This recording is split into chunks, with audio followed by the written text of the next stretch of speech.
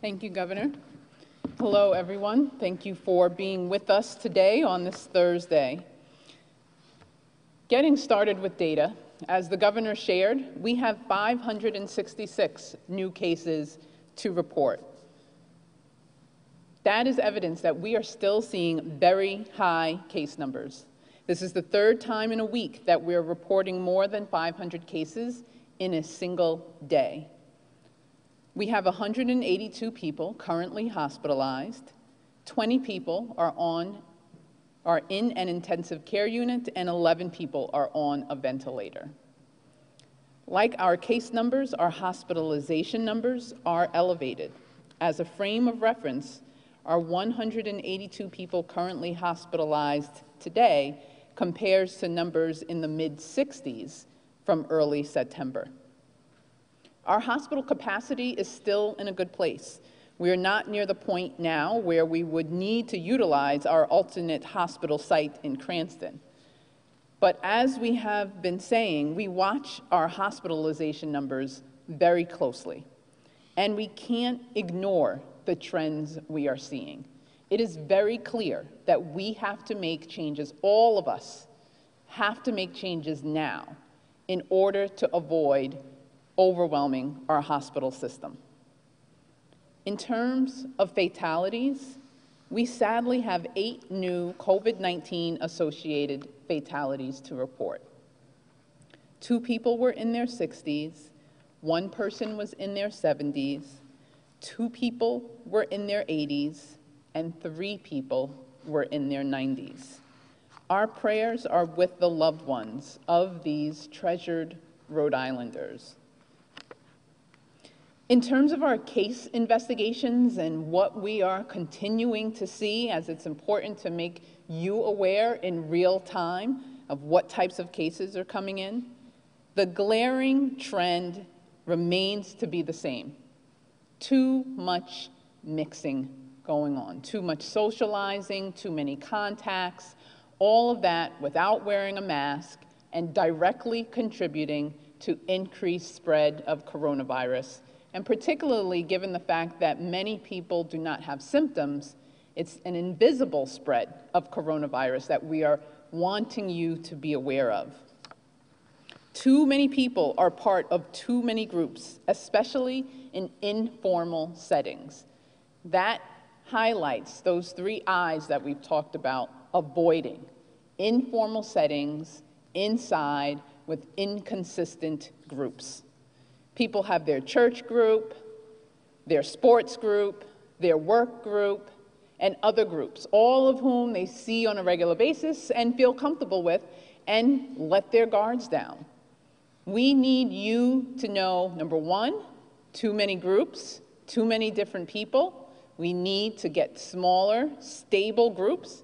And number 2, you need to wear your mask no matter what. Anytime you're with someone you don't live with, no matter how close and familiar they seem to be, you need to wear your mask to avoid the invisible spread of coronavirus that can occur. The average case today has a little more than 5 contacts per case, close contacts that are identified. That compares to an average of 3 close contacts that we were seeing in June. I know that seems like a small increase, 3 close contacts to 5, but almost doubling the number of people exposed to every person who is positive for COVID-19 is actually very significant when we're having 500 new cases a day on some days.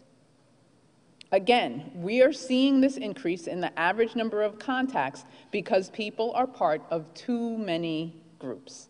And when we look at what do we need to change, that's something we want you to take the shared responsibility in doing.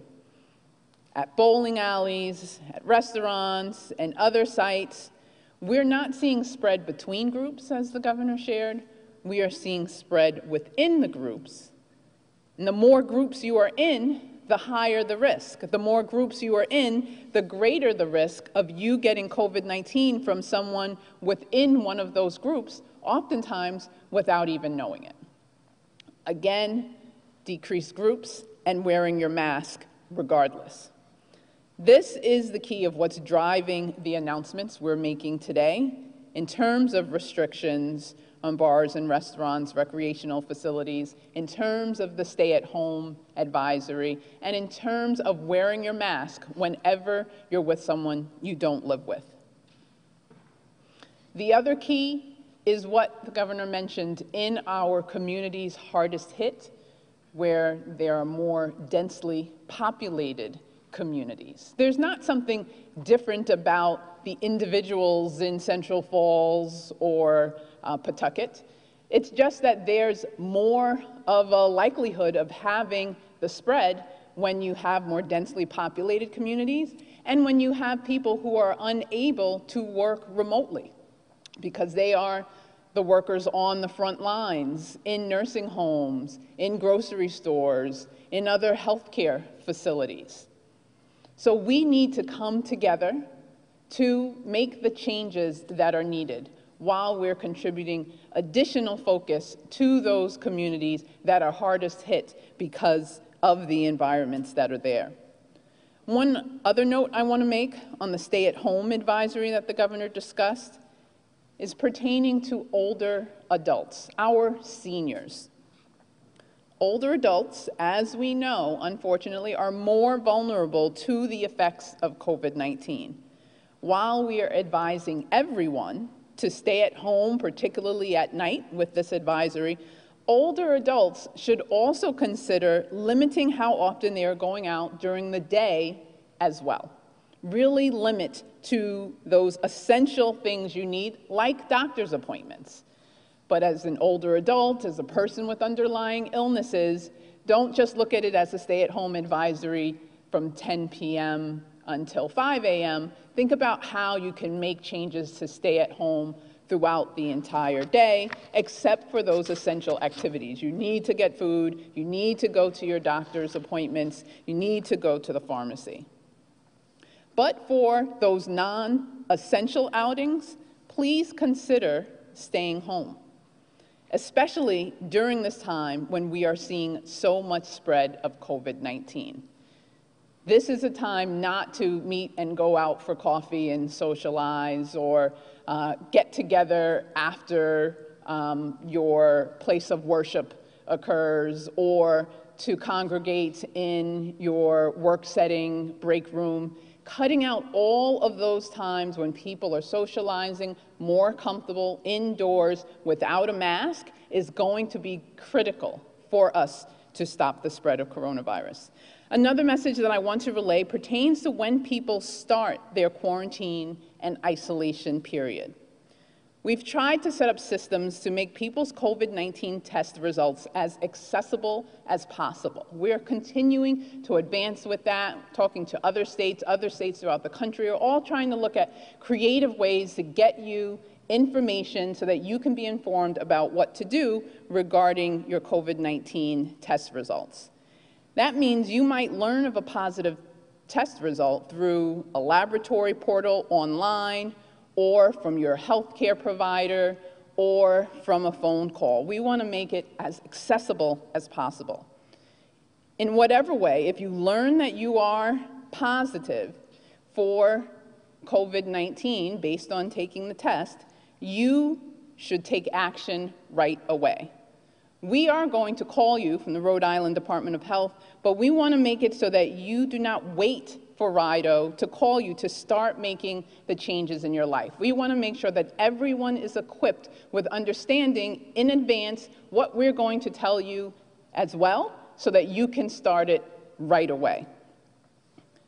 First, you would want to and need to stay home for at least 10 days from the day you were tested if you receive a positive test result.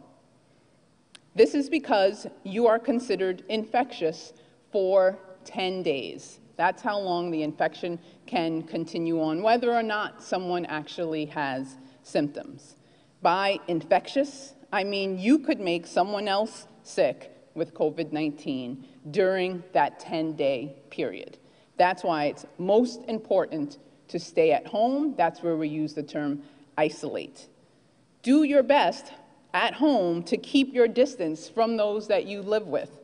If you can, use a separate bathroom and separate bedroom from others. Stay out of the kitchen and rooms where people in your home gather. Do your best to isolate yourself from the other folks who are living in their home so that you can prevent spread from yourself to the other individuals that you live with. Also, if you test positive, you can start right away letting your close contacts know that you have COVID-19.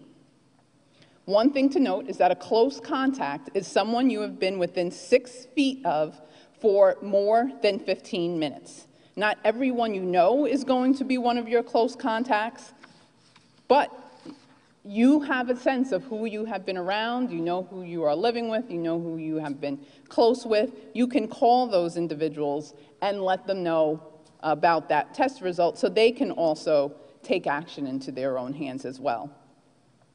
There's also instructions for people you live with if you test positive for COVID-19. Those people that you live with need to make changes too. Those household contacts need to isolate from you the way I just shared. If those household contacts cannot isolate from you, they should also stay home for 10 days. If that household contact was not able to isolate from you during the 10-day period, they should then start their 14-day quarantine at the end of those 10 days. This is because across the board, the focus of quarantining for 14 days is for you to monitor yourself for symptoms for the 14 days it can take for symptoms to develop after your last exposure to someone who was capable of spreading COVID-19 to you. So when you're living in the same house and you're not able to stay separate from them, they are infectious for 10 days. After that 10-day period, then you need to quarantine for the 14. If you're able to stay separate from them, it's 14 days from whenever the last time you were exposed to that close contact at risk of spreading COVID-19 to you. So that's a scenario that's unique to people who live with someone who has tested positive for COVID-19. For the non-household close contacts, that same 14-day rule applies. You need to quarantine for the 14 days after your last exposure to the individual who has tested positive for coronavirus. You need to look back on the calendar, identify when you were last a close contact of that person who was sick, and then quarantine until 14 calendar days have passed since your contact with that person. So for example, if you were last in contact with the person 2 days ago, you need to quarantine for the next 12 days. Again, I'll note that a close contact is someone you have been within 6 feet of for more than 15 minutes. That's not going to be everyone you know, but most people only have about 5 close contacts. We want that number to get smaller as much as possible. It's important to know what I just shared is the same quarantine guidance that Rhode Island has been following throughout this entire pandemic since March. This is the CDC's quarantine guidance, and states throughout the country are using the same approach. The key is, remember that you should quarantine for the 14 days from your last exposure to someone who was infectious with COVID-19.